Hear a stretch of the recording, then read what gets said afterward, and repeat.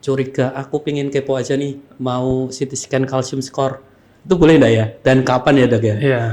Kalau untuk pemeriksaan CT calcium score itu relatif tanpa persiapan sama sekali. Jadi pasien datang nggak perlu puasa, nggak perlu pemeriksaan lab darah, itu bisa calcium score. Tidak ada rasa sakit sama sekali ya, tidak ada rasa yang menyakitkan lah.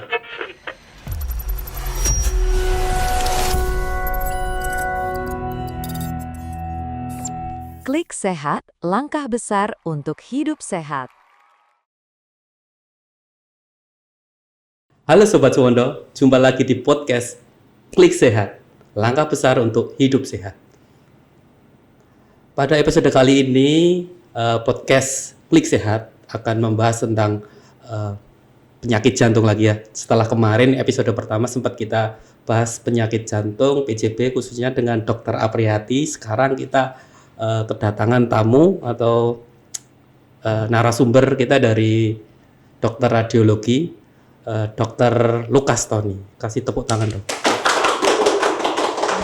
Beliau merupakan dokter spesialis radiologi di RSUD Suwondo Kendal kita ini. Beliau merupakan salah satu yang cukup expert ya untuk pelayanan radiologi khususnya di CT jantung yang akan kita ulas ini. Pagi dok. Pagi. Sehat dok. Sehat. Gimana tadi macetnya dok? Ya seperti biasa. Seperti biasa. Ya dokter. Ini kan kita bahas tentang kemarin kan kita sempat di episode pertama bahas tentang PJB ya dok, atau penyakit jantung koroner dengan dokter Apriyati. Untuk di radiologi sendiri kita akan bahas lagi nih dok. Sempat ya. Jadi kan penyakit jantung ini kan merupakan penyakit yang istilahnya banyak yang penyintasnya itu ya dok ya, atau banyak pasiennya kayak gitu. Dan sempat saya kemarin baca artikel nih dok. Jadi pada penyakit jantung itu sebenarnya bisa dideteksi dini ini dengan alat di radiologi. Itu benernya bisa nggak sih dok, dengan apa ya dok ya? Jadi kita Rumah Sakit RSUD Kendal ini memiliki modalitas CT scan 128 slice ya. Jadi bisa melakukan pemeriksaan CT kardiak, calcium score dengan cukup baik ya. Jadi kita bisa mengetahui beberapa kelainan jantung yang mungkin bisa dideteksi oleh CT scan kita, antara lain adalah kelainan-kelainan koroner. Jadi ada kelainan dari penyempitan atau kelainan dari jalannya dari arteri koroner itu.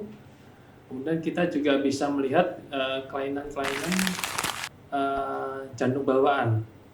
Nah, biasanya itu jantung bawaan itu bisa saja terdeteksinya saat dewasa. Jadi penyakit jantung itu penyakit jantung bawaan tapi terdeteksinya saat dewasa. Nah, itu beberapa kelainan yang bisa dilakukan dan diperiksa di pelayanan radiologi di RSUD Kendal ini. Itu menggunakan alat CT scan itu sendiri ya dok ya? Jadi benernya kalau untuk tadi kan PJB ya dok ya, kalau PJK, kalau misal penyakit jantung koroner itu juga bisa berarti dok? Iya. Metodenya apa ya dok? Jadi untuk penyakit jantung koroner ada beberapa metode yang bisa kita lakukan. Pertama yang kita lakukan itu calcium score. Calcium score. Calcium score itu CT scan untuk kardiak tapi tidak menggunakan zat kontras. Jadi tidak ada penyuntikan zat kontras. Jadi kayak CT scan kepala biasa gitu dok? Ya, seperti itu. Cuman ini di jantung? Di jantung, ya. Jadi kita untuk melihat adanya plak kalsifikasi yang ada di pembuluh koroner jantung. Gitu. Jadi bisa kelihatan ini bedanya kalau misal pakai kalau ada plak atau ada kalsium yang nyumbat itu bisa kelihatan ya? Jadi gimana dok? Untuk calcium score itu sifatnya screening. Jadi, hanya screening. Iya, screening. Jadi kita mengetahui ada plak di area koroner tertentu. Dan Ada tidak gitu ada aja atau ya. tidak. Dan Sebenarnya enggak ada ya. nanti bisa itu perlu dilakukan pemeriksaan lanjutan setelah itu. Jadi dengan pemeriksaan kalsium skor itu dari komputer nanti akan menganalisis scoringnya berapa, total skornya berapa. Kalau angkanya makin tinggi, itu resikonya untuk penyakit jantung koroner makin tinggi. Itu. Kalau nggak ada, Kalau nggak ada, itu perlu lagi nanti kita sesuaikan dengan klinis dari pasien ya. Apa perlu pemeriksaan lanjutan dengan menggunakan kontras atau tidak. Nah, jadi yang kedua itu CT kardiak, ya itu yang CT coronary analysis itu. Jadi kita perlu melakukan penyuntikan kontras untuk melihat kondisi di dalam pembuluh darah koroner sendiri. Jadi intralumennya bagaimana, ada sumbatannya atau tidak. Gitu. jadi berarti beda ya dok ya antara tadi CT kalsium skor sama CT kardiak itu beda ya. Kardiak ya, coronary. Prosedurnya juga beda ya. Ya beda. Jadi kalau CT kardiak itu kita karena menyuntikkan saat kontras, jadi perlu persiapan yang khusus ya. Jadi antara lain yang penting sih persiapan bagaimana fungsi ginjalnya itu bagaimana. Jadi apakah cukup nggak nilai dari fungsi ginjalnya baik atau tidak. Kalau baik baru kita bisa lanjutkan pemeriksaan CT coronary itu. Oke. Jadi kan tadi sempat disebutkan kalau CT kalsium scoring bisa buat screening ya dok ya. Iya bisa. Jadi benernya boleh nggak sih dok kita ini misal nih kok curiga aku pingin kepo aja nih mau CT scan kalsium score itu boleh nggak ya dan kapan ya dok ya? Iya. Kalau sebenarnya kalau masalah kepo tuh bisa. Cuma permasalahan adalah nanti untuk menginterpretasi dan melakukan follow up treatmentnya itu yang sulit. Jadi kalau saya sih sarankan itu untuk kalsium score itu sebelum dilakukan perlu tetap konsultasi dengan dokter spesialis jantung atau dokter spesialis penyakit dalam. Jadi biar nanti follow up kondisinya bisa di follow up dengan baik. Jadi benernya bisa ya asal ke dokter spesialis jantung dulu ya. Konsultasi dulu sama dokter. Perlu enggak sih dok kita CT kalsium score? Kok saya pingin tahu nih kayak gitu ya misalnya. Oke. Terus ada enggak sih dok kontraindikasinya? Tadi kan dibilangnya kalau CT kalsium score itu tanpa persiapan ya. Iya. Ada enggak sih? Kalau untuk pemeriksaan CT kalsium score itu relatif tanpa persiapan sama sekali. Jadi pasien datang nggak perlu puasa, nggak perlu pemeriksaan lab darah, itu bisa kalsium score. Jadi kalau misalnya sewaktu-waktu kita sudah konsul ke dokter spesialis jantung nih, dok aku minta dong ini, oh ya kita di ACC nih boleh. Jadi langsung aja datang ke radiologi itu nggak apa-apa ya bisa ya? Kalau dari pemeriksa spesialis jantungnya hanya kalsium score saja. Gitu. Jadi buat screening aja bisa ya? Terus benernya aman nggak sih dok kalau CT scan itu dok? Kalau CT scan tuh ya aman. Aman ya? Ya aman. Tapi harus sesuai dengan indikasi ya. Sesuai indikasi ya gitu ya. Karena kita CT scan itu menggunakan radiasi pengontrolnya. Ada sinar X-nya. Pakai sinar X juga ya? Sinar X juga. Jadi otomatis ada radiasinya. Ada radiasinya. Pasti sakit nggak ya kalau misal itu? Kalau CT scan kardiak tadi kan disebutin ada CT kardiak, CT. Kalau untuk kalsium score itu tidak ada rasa sakit sama sekali ya, tidak ada rasa yang menyakitkan lah. Tapi kalau untuk pemeriksaan CT kardiak kan kita memasukkan kontras lewat jalur vena ya. Jadi berarti diinfus. Ya, diinfus. Harus diinfus dulu. Diinfus dulu, kemudian saat penyuntikan mungkin ada terasa sensasi dingin atau panas, itu kadang kaget pasiennya. Nah, itu biasanya seperti itu. Dan memang sebelumnya itu sebelum dilakukan untuk CT scan yang menggunakan kontras itu, pasien itu biasanya harus ada persiapan ya. Persiapannya puasa. Ya, puasa makan. Kalau minum sih boleh, nggak ada larangan. Kemudian saat pemeriksaan tidak minum kopi atau merokok ya. Terus biasanya kita pasien sebelum dilakukan di meja itu CT scan, kita ajarkan proses bernafasnya. Proses bernafas. Ya. Tujuannya buat apa, Dok? Jadi tujuannya kan Kita tetap bernafas loh. Oh, Masa iya. kita nggak bernafas? Ya. Bernafas enggak? Ya. Jadi karena CT scan itu kan istilahnya kita foto jantung. Nah, Iya. jantung itu dalam semenit itu berdetaknya 80 sampai 100 kali ya. Iya. Kemudian kita punya nafas frekuensinya 16 sampai 20 kali. Nah, diharapkan dengan kita bernafas dengan lambat dan bisa tahan nafas saat kita lakukan dalam tanda petik di foto itu tidak terganggu gerakan pernafasan karena kita paling enggak harus tahan nafas beberapa detik supaya hasil yang kita ambil tuh bisa jelas lah, tidak ada artefak atau gangguan dari pergerakan dari pernafasan. Berarti tujuannya biar nafasnya itu rileks gitu ya, Dok, Rileks, tergesa-gesa ya. gitu ya. Ya. Oke, Dok. Berarti kan ada perlu persiapan untuk si CTA ya, atau tadi yang dibilang CT kardiak gitu ya, Dok ya. Tanpa, kalau yang kalsium scoring tanpa persiapan. Iya, tanpa persiapan. Berarti tinggal kalau misal mau screening itu bisa dilakukan untuk screening. Ya. Tapi untuk yang kardiak itu enggak bisa ya untuk screening ya. Ya, Lebih karena berisiko atau gimana, Dok? karena kalau yang kardiak, CT kardiak menggunakan kontras ya, jadi harus perlu persiapan dengan indikasinya dari dokter pengirim, dokter klinisi, dokter spesialis penyakit jantung atau dokter penyakit dalam KKV ya, konsultan kardiovaskuler. Gitu. Terus untuk yang itu CT kardiak itu diagnosa apa aja sih, Dok, yang bisa dilakukan untuk misal di jantung nih? Ya. Untuk dilakukan CT scan itu yang biasanya itu dilakukan tuh paling banyak tuh apa ya?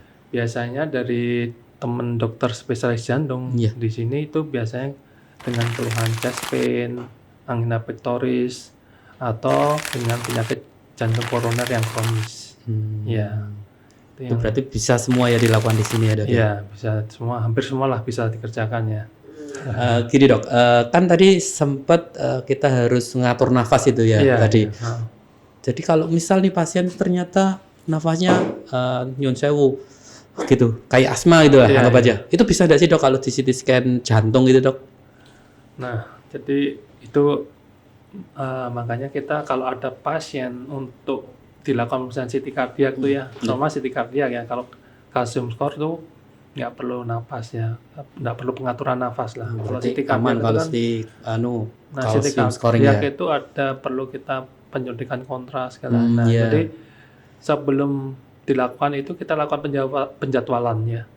Itu biasanya di admin radiologi itu sudah ditanya dulu riwayat penyakit sebelumnya. Jadi ada riwayat asma, kemudian ada riwayat alergi obat atau tidak. Nah, dari situ kita screening, perlu persiapan khusus untuk misal asma, kita harus bagaimana dengan pemberian obat dulu supaya dia saat agak lega dulu agak lega dulu. Jadi tidak ada kontraindikasi absolut, nggak ada. Jadi tapi perlu istilahnya riwayat medis sebelumnya kita harus tahu. Jadi kita biasanya sebelum penjelasan kita tanya-tanya dulu, ada riwayat alergi obat tertentu nggak? Obat ini alergi nggak, Bu? Terus ada riwayat asma atau enggak? Karena memang bagus sekali ya. Jadi untuk asma itu memang ada obat jantung yang jadi kontraindikasi. Jadi kalau kita berikan malah memicu sesak. Nah, itu memang kita selalu tanyakan ada riwayat asma atau enggak ke pasien yang akan dilakukan pemeriksaan. Jadi supaya pasien kita tahu kondisinya bagaimana. Terus misalnya ada obat-obat jantung yang diminum enggak? Jadi obat-obat jantung tetap diminum seperti biasa saat pemeriksaan. Cuma kita harus tahu obatnya yang diminum apa aja. Nah, nanti kita bisa sesuaikan dosis, istilahnya premedikasi untuk saat dilakukan CT scan-nya. Ya, jadi kita enggak semua pasien kita perlakukan sama. Enggak. Makanya kita perlu lakukan istilahnya sebelum dilakukan itu penjadwalan, kita tanya riwayatnya segala. Berarti pasien asma bisa ya dok ya? Sebenarnya Bisa, ya. Tetap bisa ya. Iya. Nah, terus mungkin ada pertanyaan dari netizen atau dari teman-teman yang ada di sini. Iya, tanya dong Mas. Ya silakan Ini. dok. Ya silakan monggo. Iya, untuk Dokter Tony, izin tanya dok, kalau untuk pasien-pasien jantung biasanya kan sudah dilakukan mungkin eko ya dok ya, terkait dengan kelainan jantung. Lalu pasien-pasien yang seperti apa atau dari CT kardiak ini ingin mengetahui penyakit yang lebih, maksudnya lebih detail terhadap penyakit jantung yang dialami oleh pasien itu dok. Jadi maksudnya yang eko itu untuk case spesifik untuk yang apa, kemudian yang CT kardiak ini lebih spesifik ke arah penyakit jantung yang apa gitu dok. Ya. Jadi untuk pemeriksaan eko itu kan menggunakan modalitas ultrasound ya. Dia dilakukan secara live, secara real time.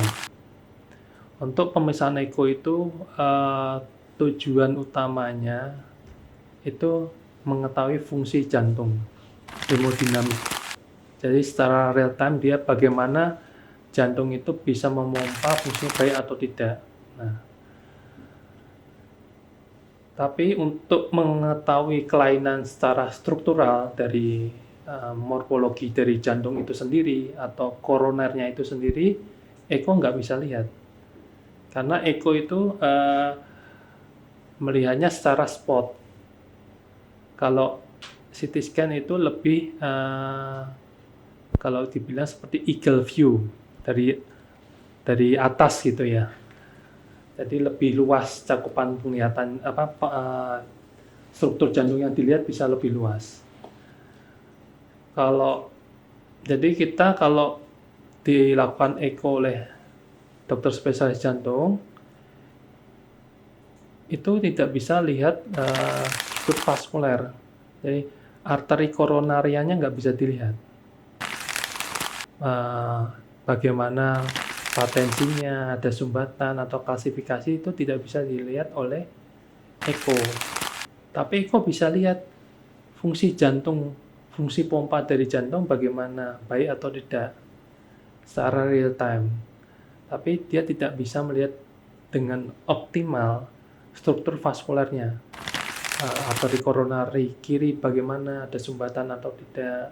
Tapi dia bisa lihat fungsi jantung ventrikal kirinya agak lemah nih. Nah, oleh dokter spesialis jantung disarankan untuk pemeriksaan CT scan untuk mengetahui adakah sumbatan arteri yang memperdayai teritori yang lemah itu.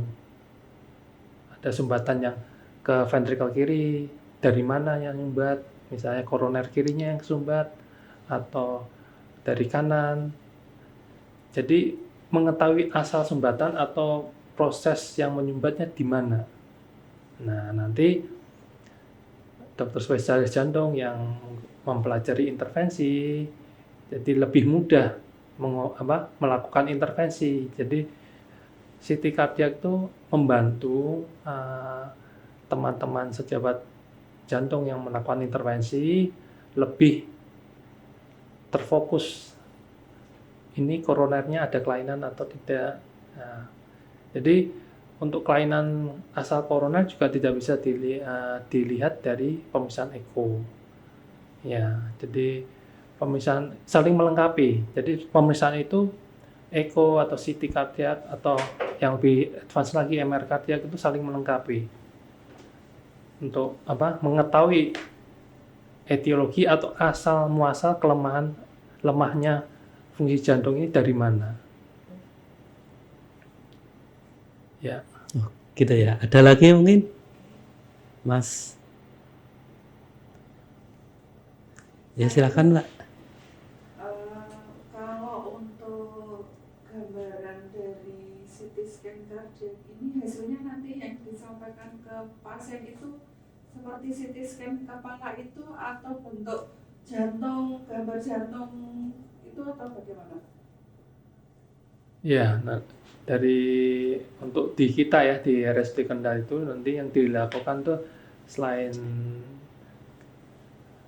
gambaran dari pembuluh koronernya, kalsium skor, pembuluh koroner, dan gambar 3 dimensinya itu disertakan. Tapi nanti biasanya itu nanti dilanjutkan konsultasi dengan spesialis jantung, karena yang tahu anatomi penjelasannya kan spesialis jantungnya yang lebih kompeten untuk menjelaskan posisi atau kelainannya. Dok, tanya ini dok. Tadi kan kalsium skor ya dok ya untuk melihat apa ya istilahnya kalsium atau penumpukan kalsium ada di koroner atau di arteri jantung ya dok. Normalnya ya dok ya. Kalau itu ada enggak sih dok? Dan di usia berapa ya dok biasanya? Ada kayak gitu. Jadi pada teman-teman misalnya yang udah istilahnya udah kok masih muda kok masih nyeri, udah nyeri ya itu apakah perlu CT scan kardiak atau enggak gitu kan? Mungkin di umur berapa sih dok? Ya, untuk secara pengalaman ya biasanya tuh kalsium skor mulai muncul dan terdeteksi oleh komputer ya alat, karena kalau secara biomolekuler itu dari lahir sudah mulai terjadi proses klasifikasi itu sebenarnya. Berarti sudah ada ya? Sudah ada mulai prosesnya sebenarnya. Tapi untuk biasanya kalau di kita ini biasanya usia 40-45. 40-45. Nah, untuk laki-laki ya. Kalau yang perempuan lebih tua lagi karena dia ada proteksi dari hormon wanita ya. Jadi dia biasanya kalau setelah menopause, nah faktor risikonya mirip dengan laki-laki. Jadi mulai sama klasifikasinya mulai terbentuk. Tapi selama dia masih hormonnya masih aktif, belum menopause, biasanya klasifikasinya tidak ditemukan biasanya. Berarti tidak ada klasifikasi? Ya, biasanya tidak ada klasifikasi. Kalau yang wanita ya, kalau laki-laki biasanya lebih awal, 40-an itu. 40-an biasanya udah ada gitu. Ada, ya. Itu tetap dipicu sama faktor eksternal mungkin gaya hidup, cara makan itu juga nggak sih dok? Iya, biasanya faktor-faktor yang pasien-pasiennya yang udah dikerjakan itu biasanya yang ditemukan dengan faktor risiko merokok ya. Merokok. Itu perokok pasif atau yang aktif juga? Cuman aktif apa? Nah, yang bisa ditanyakan pasif kan juga yang sih, dok. aktifnya ya. Kalau pasif kan mungkin dia nggak tahu di mana kan kena asap rokok juga. Nah, terus yang kedua biasanya obes, orangnya obes ya, mungkin mager gitu ya. Iya, mager ya. Oke, siap. Ya, obes. Ada yang obes di sini ya. Terus yang penting lagi itu penyakit gula, diabetes mellitus itu klasifikasinya juga istilahnya kalau di tabel atau grafik dari komputer tuh usia sekian belum ada klasifikasi, dia lebih cepat klasifikasinya. Jadi lebih duluin dia, lebih akselerasi lah, lebih tua daripada umur sebenarnya gitu. Padahal dia masih 40 tapi kayak 70 gitu ya. Gitu, biasanya gitu. Itu harus diperhatikan itu. Terus untuk pengalaman nih dok, selama di sini ada nggak sih dok, misal nih dia umur 70 atau umur 60, harusnya kan udah ada ya. Iya. Itu ternyata di kalsium skor 0 aduh dok, ada nggak dok? Iya, ada sih, ada beberapa ya. Itu beberapa, tapi mungkin kita nggak sempet cari tahu bagaimana dia kok bisa seperti itu. Mungkin pola hidupnya terjaga ya, atau dia biasanya pasti orangnya lean ya, body mass index-nya nggak normal ya, mesti nggak obes pasti ya. Nah, ya di RSUD Kedal ini kita juga dapat istilahnya pasien itu datang dengan keluhan sesak, tapi kita menemukan kelainan yang variasi lah. Jadi kelainan kongenital. Jadi misalnya yang di sini itu kelainan arteri koronernya hanya berasal dari kiri saja. Gitu. Harusnya kan dari kanan dan kiri. Bukannya jantung itu di kiri ya dok ya? Ya, jantung di kiri, tapi sumbernya itu ada 2. Nah, jadi pangkalnya itu dari kanan dan kiri. Nah, ini hanya satu dari kiri dan yang kanan itu dipasok dari kiri. Gitu. Jadi yang kiri itu double job gitu ya dok? Iya, double job. Nah, itu harus hati-hati lagi itu. Double Ya. job. Nah, itu memang kasus-kasus itu memang dalam tanda petik itu ditemukan tidak sengaja. Jadi sudah dewasa, udah umur 30-40, keluhannya nyeri. Tapi ternyata saat dimintakan pemeriksaan CT kardiak, ternyata ditemukan kelainan, bukan kelainan koroner, tapi kelainan anomali istilahnya, kongenital yang mungkin persentasenya kecil. Jantung bawaan ya. gitu ya, Jantung dok ya? bawaan. 1 banding 100.000 mungkin. Variasinya. Ya. Nah, itu memang kasus-kasus yang unik, yang Spesial gitu spesial lah, yang bisa kita temukan. Spesial pakai telur ya dok?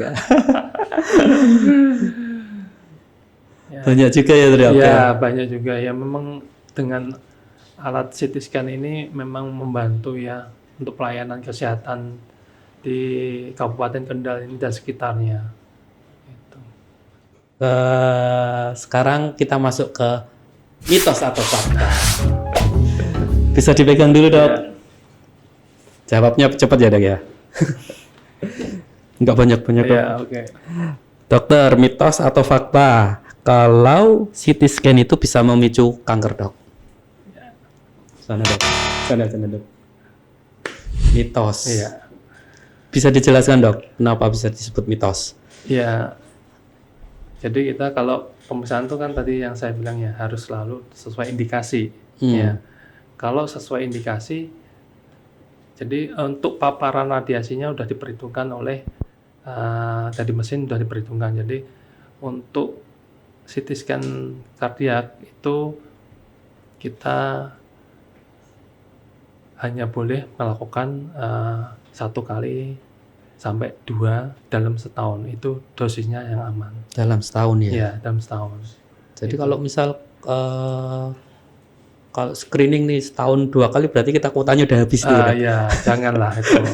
Jangan Jangan itu. Terus lagi dok, mitos atau fakta dok, pemeriksaan CT scan bisa membuat mandul gitu loh. Nah, itu sama sih jawaban tadi, mitos. Mitos ya. Terus ya tetap semua sesuai indikasi ya. Sesuai indikasi, Jadi sesuai SOP gitu. makanya itu harus nggak boleh kita bilang kita mau screening sendiri, itu sebaiknya jangan. Berarti jangan ya.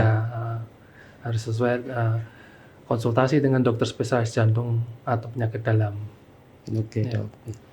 Yang terakhir ya dok ya, mitos atau fakta kalau misal hasil CA scoring kita 0 berarti kita nggak sakit jantung atau terhindar dari penyakit jantung. Ya, ini mitos. Mitos semua ya. Nah, jadi memang terkait dengan kalsium skor 0 itu aman dari penyakit jantung. Kembali lagi kita harus lihat klinis pasien juga ya. Jadi ada beberapa plak yang sifatnya nggak kalsifikasi.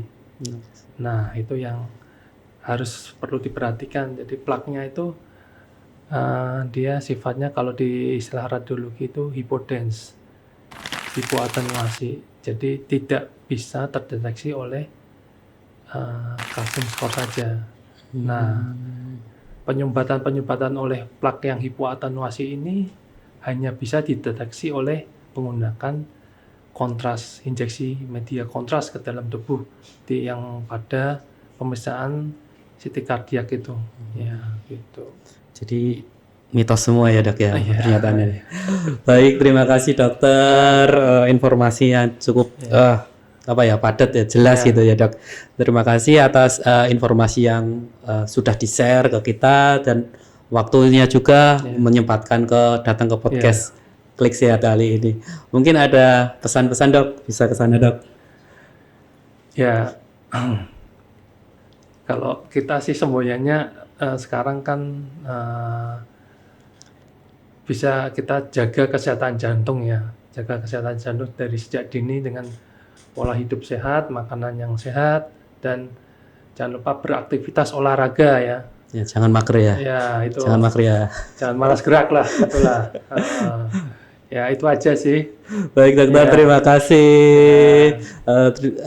Baik sobat Suwondo, alhamdulillah pada episode kali ini kita sudah mendapatkan informasi yang cukup jelas ya tentang apa itu CT scan, apa itu CT scan calcium score, dan mungkin dengan informasi tersebut kita bisa jadi tahu oh ternyata nggak semua itu bisa langsung CT scan gitu ya dok ya. Ya. Mungkin cukup sekian di podcast Klik Sehat episode kali ini.